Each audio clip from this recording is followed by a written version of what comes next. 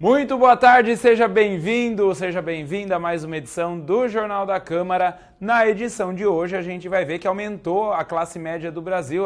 A classe média já é a maioria dos brasileiros. A gente também vai acompanhar a presidenta da República, Dilma Rousseff, que está em Nova York. Ela foi discursar na abertura do Conselho de Segurança da ONU. Também a gente vai detalhar para vocês aquela informação de que nenhum candidato, mesário ou fiscal partidário pode ser preso.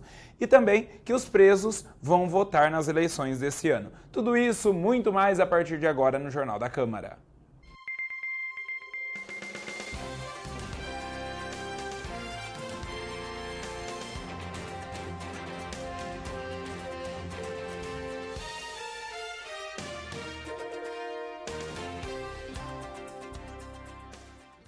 Diego Catarino quer saber como é que os presos vão votar se eles não conhecem os candidatos. A gente vai tentar responder isso na matéria de já.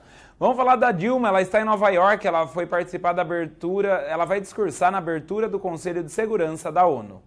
A presidenta Dilma Rousseff chegou a Nova York na manhã de domingo, um dia sem compromissos oficiais. Já na segunda-feira, ela teve um encontro bilateral com o presidente da Comissão Europeia, Durão Barroso. Ela se dedicou durante o dia a finalizar o discurso que fará na abertura do debate geral da 67ª Assembleia das Nações Unidas, marcado para esta terça-feira. Esta será a segunda vez que a presidenta Dilma Rousseff vai abrir o debate geral das Nações Unidas. No ano passado, ela entrou para a história como a primeira mulher a abrir o encontro. No discurso, ela falou sobre a crise financeira internacional e também sobre a necessidade de se reformar o Conselho de Segurança da ONU com a entrada de mais países. Temas que ela pode voltar a abordar este ano. Também é esperado que ela fale sobre o desenvolvimento sustentável. Amanhã a gente mostra para vocês a continuação dessa correria que a Dilma está fazendo lá em Nova York, já que ela tem que voltar para o Brasil devido às eleições municipais. Ela deve abrir a reunião do Conselho de Segurança da ONU, lembrando que o Brasil pleiteia um lugar faz tempo, né, um dos lugares fixos no Conselho de Segurança. Ela deve fazer o discurso ainda hoje. Mudando de assunto, vamos falar da classe média. A classe média no Brasil já é a maioria da população. Vamos ver. Os números da pesquisa confirmam. Nos últimos 10 anos, 35 milhões de brasileiros entraram para a classe média, que já soma mais de 100 milhões de pessoas, mais da metade da população do país. Essa parcela deve movimentar R$1 trilhão neste ano. O grande desafio é você garantir sustentabilidade à classe média brasileira. Para a definição das classes sociais, o governo considera o ganho das famílias dividido pelo número de integrantes. Pessoas com renda de até R$ 291 por mês pertencem à classe baixa. Entre R$ 291 e R$ 1.019, a classe média. Quem vive com mais que esse valor é considerado da classe alta. Os dados indicam que houve redução da desigualdade social. Mesmo assim, a renda da classe alta ainda é 4 vezes maior que a da classe média. E a classe alta representa 20% da população, mas detém 58% da riqueza do país. Essa diferença é causada principalmente pelos anos a mais de escolaridade, que impulsionam o valor dos salários. Para essa classe média continuar ascendendo, ela vai precisar de acesso cada vez maior a uma educação média de melhor qualidade e mais acesso à educação superior. A nova classe média reflete a diversidade da sociedade brasileira. Mulheres, negros e jovens ganham destaque no mercado de trabalho. Comprei meu lotezinho, agora estou querendo comprar meu carro, porque não é fácil, né? Tem que ir pagando de pouco a pouco, a gente não vai conseguir pagar assim de uma vez, mas a gente consegue, de pouco a pouco a gente consegue. Viu, é muito interessante esse cálculo feito pelo governo. Sendo assim, fica fácil, né? Todo mundo, ô Beto, eu vou dar um pouquinho de trabalho para você. Será que você consegue aí na matéria voltar até aquela parte onde eles mostram o cálculo que eles fazem para dizer quem é classe média e quem é classe alta? Pode falar que eu estou ouvindo, Beto. Tá, aí é no meio da matéria, quase no final, coloca aí pra gente, isso, esse aí mesmo, coloca aí pra gente, pode pôr aí. Pessoas com renda de até 200... Aí, ó, tá aí, ó, renda mensal por pessoa, até R$ 291 é classe baixa, podemos ir seguindo aí, Beto. Aí de 291 a 1.019 é a classe média, ou seja, quem ganha salário mínimo hoje, uma família de marido e mulher, é já a classe média. Antigamente não se enquadrava aí. Ou seja, e a classe alta, que é o próximo, mais de R$ 1.019, classe alta. Aí, pode voltar aqui, Beto, muito obrigado, viu? Aí fica fácil, né, o país se considerar um país rico. R$ 1.019. Eu quero saber quem é que vive com R$ 1.019, uma família que vive com R$ 1.019. Fazer as contas aqui rápidas em Jaú. O aluguel custa aí, ô Cláudio, eu sei que tá bom isso. Quanto? 600 em média. 500, no mínimo 600. Dá para morar uma família? R$600, aí você vai gastar mais 400 em supermercado, acabou. E aí não paga água, não paga força, não paga telefone, não paga ônibus, não paga escola. O resto das contas você não paga, não come, não se veste, não passeia, não nada. Tem que ter os bolsas famílias, verdade, Veidson, bem lembrado. Ou seja, com esse cálculo do governo fica fácil dizer que mais da metade da população é classe média, né? Tá certo, fazer o quê, né? Manda quem pode, obedece quem tem juízo. E falando em quem manda, quem pode, obedece quem tem juízo, os políticos, candidatos a prefeito, a vereador, mesários de eleição e fiscais do dia da eleição não podem ser presos desde o último sábado. A gente falou isso na sexta, agora a gente vai entender melhor na matéria. Com a proximidade do primeiro turno das eleições municipais, que será realizado no dia 7 de outubro, nenhum candidato, membro de mesa receptora e fiscal de partido poderá ser detido ou preso a partir deste sábado, a não ser em flagrante. Sábado é o último dia para que partidos políticos e coligações indiquem aos juízes eleitorais os nomes dos fiscais que estarão habilitados a acompanhar os trabalhos de votação. Ou seja, não prende mais ninguém. Falei aqui na sexta-feira, falo de novo, né? Já é difícil prender político corrupto. Imagine agora que não pode prender ninguém. Lembrando que só podem ser presos candidatos, mesários ou fiscais, né?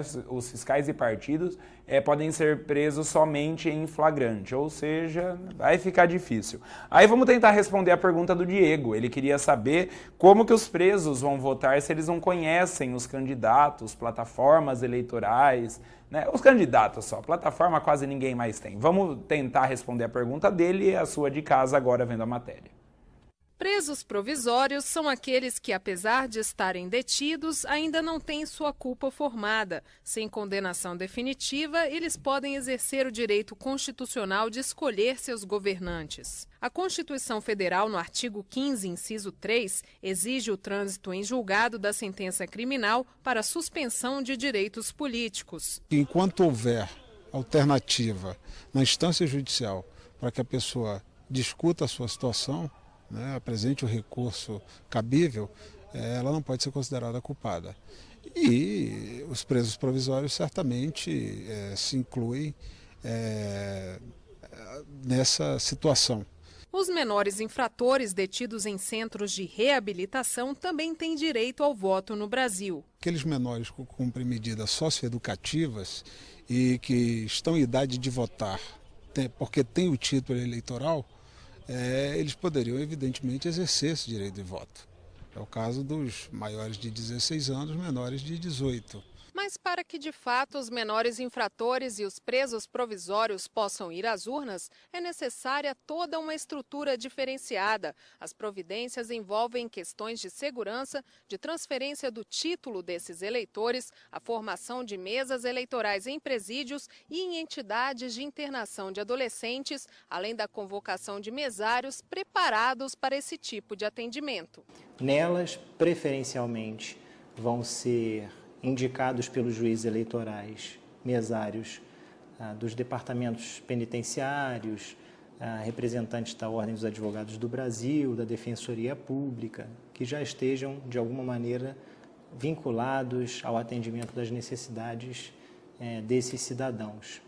Essas necessidades vinham dificultando o cumprimento da Constituição no que diz respeito ao voto dos que aguardam julgamento definitivo ou que cumprem medidas socioeducativas. Por isso, em 2009, o Conselho Nacional de Justiça e o Tribunal Superior Eleitoral editaram uma portaria conjunta para viabilizar esse direito. E em 2010, ano das últimas eleições presidenciais, o TSE publicou a Resolução 23.219, que dispõe sobre a instalação de sessões eleitorais especiais em estabelecimentos penais. Esse conjunto de medidas ele é tomado para assegurar que aquele cidadão tenha a possibilidade de, mesmo estando dentro de um estabelecimento penitenciário, ou o menor, o adolescente internado lá no estabelecimento de internação coletiva para adolescentes, ele tem uma sessão eleitoral e ali possa exercer o seu voto no dia do pleito. A votação de detentos é organizada por tribunais regionais eleitorais em parceria com secretarias estaduais de segurança pública por meio da assinatura de convênios. Nestas eleições municipais de 2012, apenas Pará, Mato Grosso do Sul, Goiás e Rio de Janeiro não vão instalar sessões em unidades prisionais. Nos outros 22 estados brasileiros, os 14.671 presos provisórios e menores internos aptos a votar poderão eleger prefeitos e vereadores. São Paulo, Amazonas e Bahia têm os maiores números desses eleitores. No total, serão 207 locais de votação em presídios e centros socioeducativos de todo o país. Muito bem, então. Tá respondido, Diego? Como é que faz para o preso votar? Então, os detentos do Brasil vão participar das eleições para prefeito e para vereador. Hoje voltou a chover, né? Disseram que choveu bastante de madrugada, nas primeiras horas aí da manhã, agora 5, 6 horas da manhã. A previsão do tempo prevê mais chuva e vai esfriar. A gente vai ver detalhes agora no mapa da meteorologia. A umidade está bastante elevada no sudeste neste início de semana. Nuvens bastante carregadas voltaram a se formar sobre São Paulo, aumentando as condições para a chuva. Nesta terça-feira, situação de alerta no sudeste, muitas áreas da região, para o risco de chuvas intensas e ventania, até mesmo porque nós temos a passagem de mais uma frente fria pela região. E esta frente fria, nos próximos dias, vai trazer um frio muito intenso para o sudeste. Nesta terça-feira, em todo o estado de São Paulo, no Triângulo Mineiro e sul de Minas, a presença de nuvens bastante carregadas mantém altas as condições para a chuva, sempre com ventania. Na faixa do mapa que pega a região metropolitana de Belo Horizonte e o interior do Rio de Janeiro, o sol até aparece pela manhã, mas as nuvens também ficam bastante carregadas e a chuva vem forte a partir da tarde. A nebulosidade diminui e o tempo fica seco no Espírito Santo e no norte de Minas. Mínima prevista de 17 graus em Belo Horizonte e de 18 em São Paulo. Máxima de 31 graus na cidade do Rio e também em Vitória. E nesta próxima quarta-feira, a frente fria alcança o norte de Minas e provoca pancadas de chuva em todo o estado mineiro, no Espírito Santo e pelo Rio de Janeiro. As nuvens mais carregadas se afastam de São Paulo, mas o frio será bastante intenso. Durante a quinta-feira, a frente fria mantém altas as condições para a chuva, especialmente em Minas e no Espírito Santo. A temperatura fica baixa desde o leste paulista até o estado capixaba e o mar fica bastante agitado em todas as praias do sudeste. Muito bem, vocês viram a previsão do tempo e ainda no decorrer dos dias, né? Vocês viram lá que quinta-feira não deve chover mais aqui no estado de São Paulo, mas o frio vai continuar pelo menos até o final de semana. O Jornal da Câmara vai para um rápido intervalo. Na volta tem notícias sobre a dengue, a gente vai falar sobre o mutirão ortopédico que vai acontecer em todo o Brasil e tem matéria de cultura também. É um instante só, não sai daí, até já!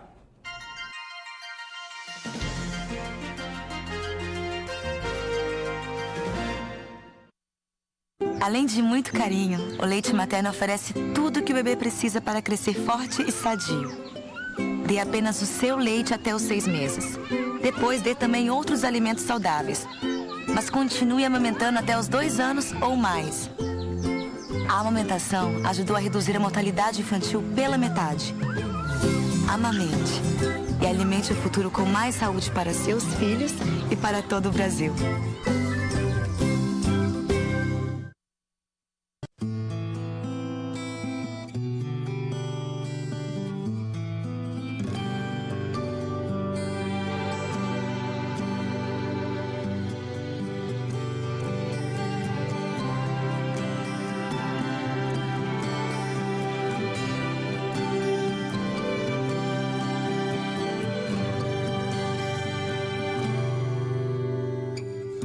Drogas. Você constrói, elas destroem.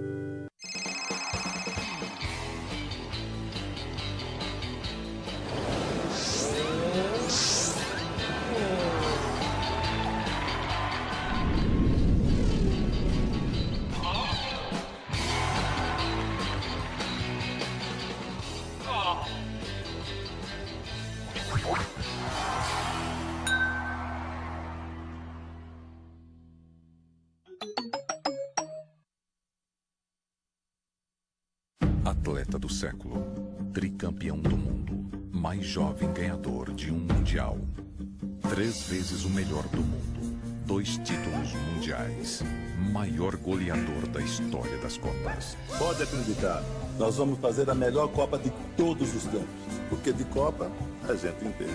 Acesse esporte.gov.br e veja os investimentos que estão sendo realizados para o teu benefício e de todo o país. Ministério do Esporte.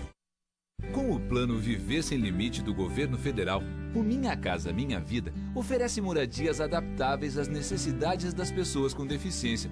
Informe-se nas agências da Caixa. Viver Sem Limite, Governo Federal.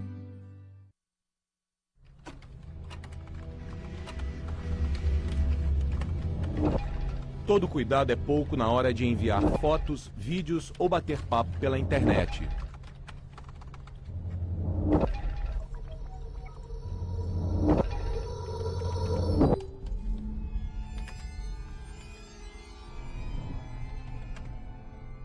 Preserve a privacidade de sua família.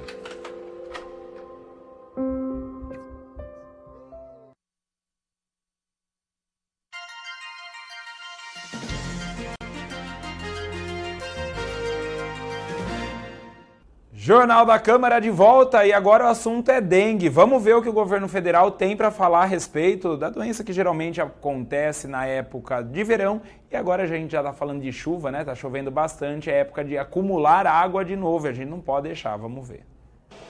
A vigilância ambiental vai de casa em casa. O objetivo é alertar a população sobre os riscos de novos focos de dengue, principalmente agora, que voltou a chover em diversas regiões do país. É um período que a gente tem que fazer uma prevenção rápida, porque é o período do início da chuva. O mosquito, ele coloca os ovos no depósito sem água e fica ali a 40 até 450 dias. E quando começa a chover, esses ovos começam a eclodir e virar mosquito. Pela segunda vez neste ano, Tenésio recebeu a visita da vigilância. A piscina e o canil da casa do aposentado tiveram atenção especial dos agentes. Para o morador, a inspeção traz tranquilidade. É segurança para a gente, para toda a comunidade.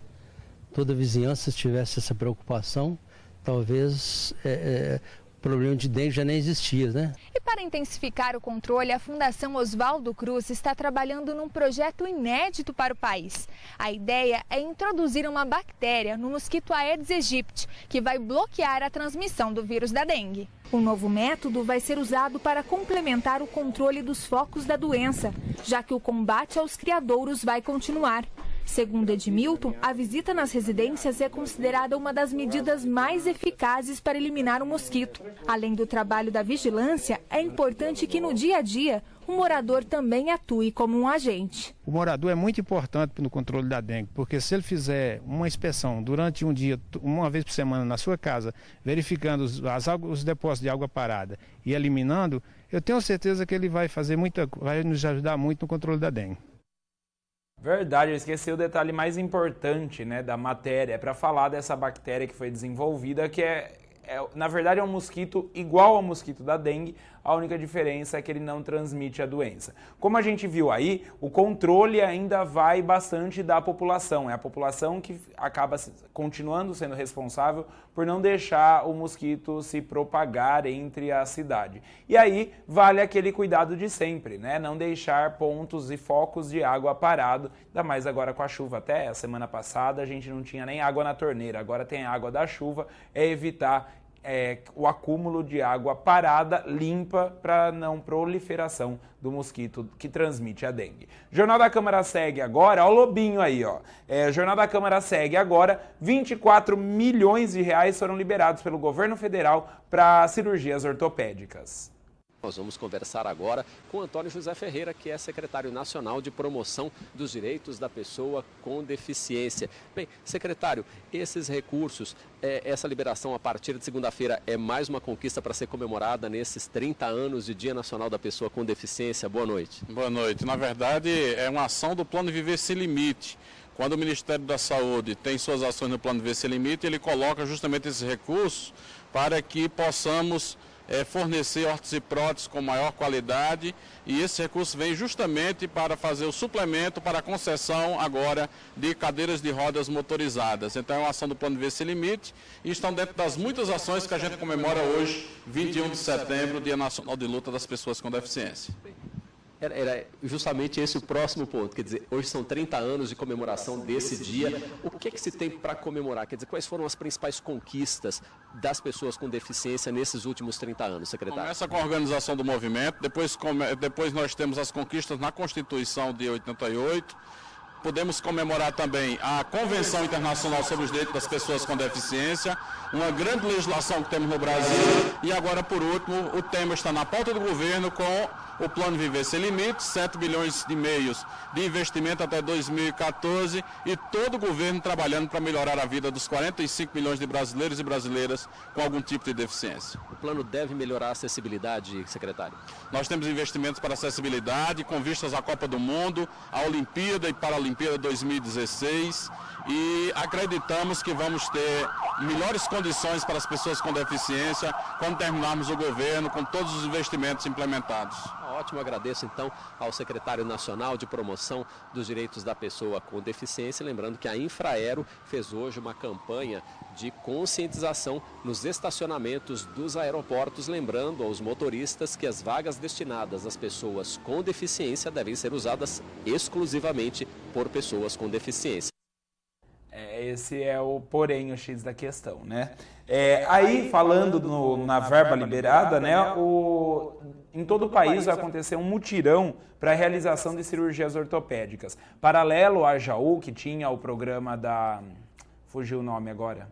da cirurgia eletiva, né? Esse é um programa do governo federal. O programa municipal da cirurgia eletiva, que foi feito aqui, uma lei da Câmara Municipal, que vigorou o ano passado e parte desse ano, o convênio, por enquanto, está suspenso e não existe previsão que a Prefeitura retome esse convênio que beneficiou muitas famílias da cidade. Em contrapartida, o governo federal vai realizar esse mutirão de cirurgias ortopédicas. Há pouco mais de um ano, a aposentada Maria do Socorro começou a sentir dores no quadril. Ela procurou ajuda médica e, enquanto a cirurgia não chegava, começou a usar uma bengala numa tentativa de reduzir a dor. Nesta semana, ela fez a cirurgia pelo SUS e não vê a hora de abandonar o equipamento. No mês eu já quero abandonar tudo.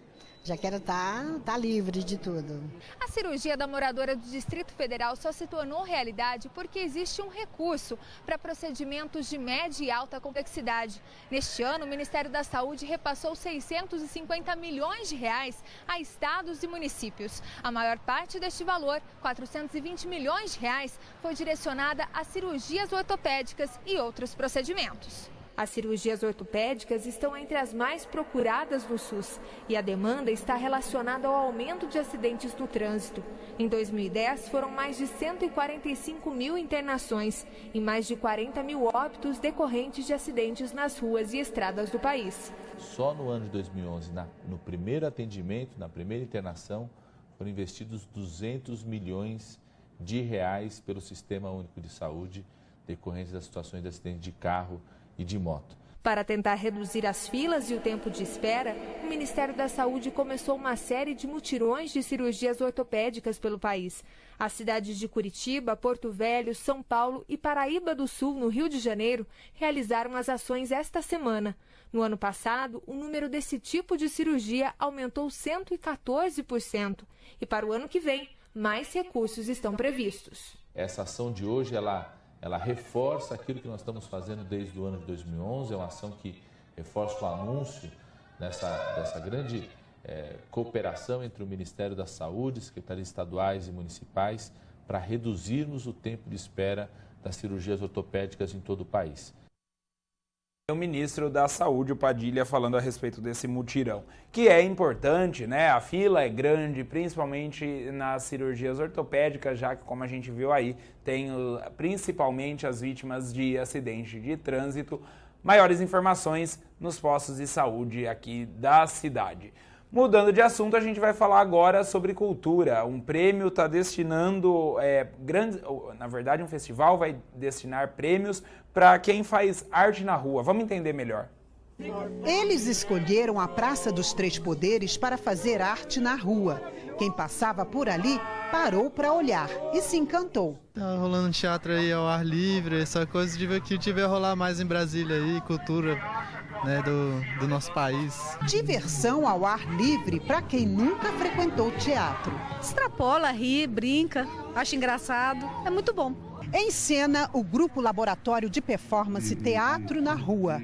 Criado há 2 anos, o grupo é formado por alunos e professores do Departamento de Artes Cênicas da Universidade de Brasília. Já fez mais de 100 apresentações e é ganhador do Prêmio Funarte Arte na Rua 2011. Circo, dança e teatro. Para incentivar a criatividade dos artistas, a Funarte criou um prêmio de artes cênicas na rua. Atender uma reivindicação da classe, uma reivindicação muito antiga, de dar subsídio e fomento na área do teatro de rua, da dança de rua e do circo em execução na rua. O prêmio tem 3 categorias: R$30 mil para espetáculos de rua, R$45 mil para performances cênicas e para registro da memória de grupos, R$60 mil.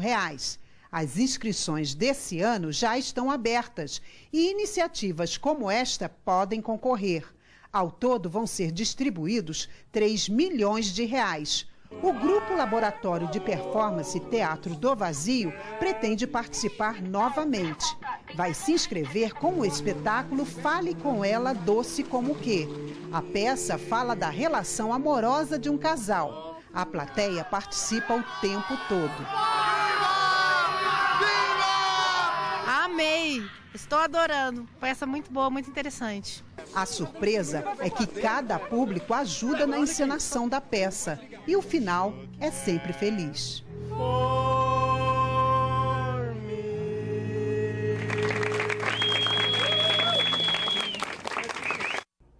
Esse tipo de informação e principalmente esse tipo de prêmio é importante para que a gente saiba que esse tipo de trabalho de uma certa maneira é valorizado. Às vezes a gente vê isso na rua, né, e acha, não estão ganhando nada, ninguém leva nada, ou até fazem porque não tem o que fazer. Mas não, esse tipo de coisa mostra que é valorizado, nem que seja pelo Ministério da Cultura. E vale lembrar, as inscrições para concorrer a esses prêmios, que como a gente viu aí chegam a R$3 milhões, devem ser feitas no site do Ministério da Cultura na internet. E essa edição do Jornal da Câmara vai ficando por aqui. A gente volta a se encontrar amanhã ao vivo. Aliás, assistam o Jornal de Amanhã, muita novidade no Jornal de Amanhã a partir da 12:30. Uma ótima tarde para você. Vamos lá, Beto. Até amanhã. Tchau.